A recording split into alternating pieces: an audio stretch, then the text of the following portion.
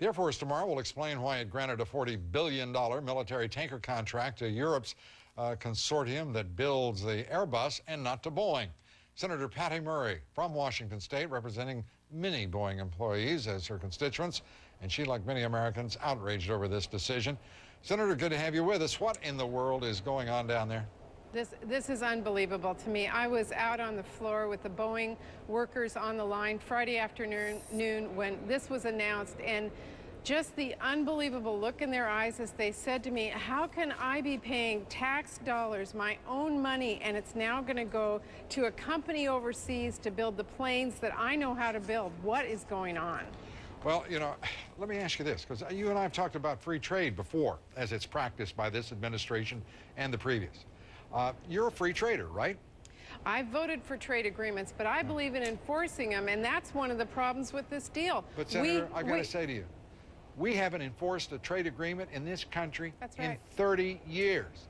We are being run over by people who are acting in their national interest, in the interest of their employees. And this government and both political parties continue to ignore the American worker. Is it finally a place to draw the line, Senator? Well, I think this is a serious place to draw the line. First of all, we have a trade outstanding agreement against the WTO, in the WTO against Airbus right now because of unfair subsidies. So on one hand, we're filing a trade agreement against them, and on the other hand, giving them $40 billion, that doesn't make sense to me. But on the other hand, and also we have to be asking, when are we going to stop outsourcing our military capability and realize that we're putting our own security in some other country's hands? And I think the line is drawn in the sand now, and Congress needs to make that decision.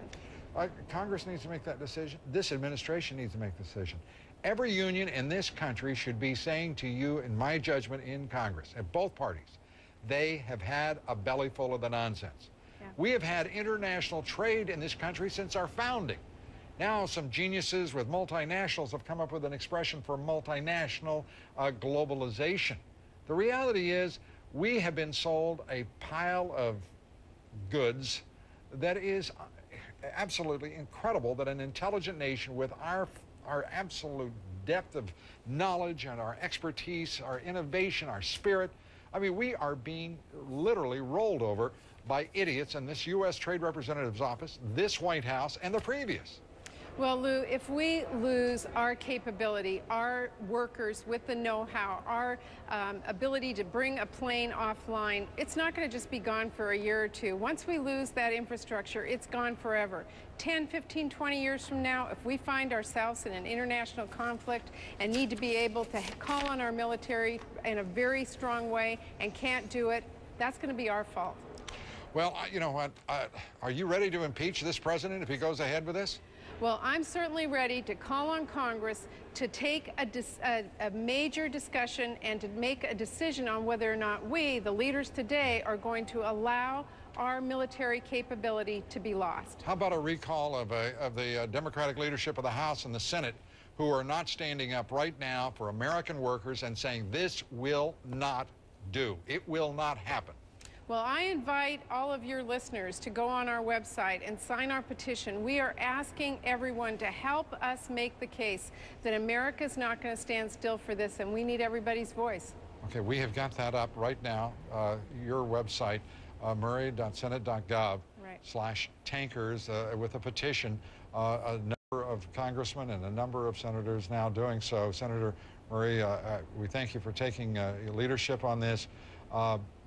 At some point, you folks in Congress have got to understand that this is not a game for this nation anymore, and I mean in both political parties, Senator. Well, I know you're doing your best here, but this free trade nonsense is, as it's being practiced, Lou, it's an economic question. It is a security question for our nation as well.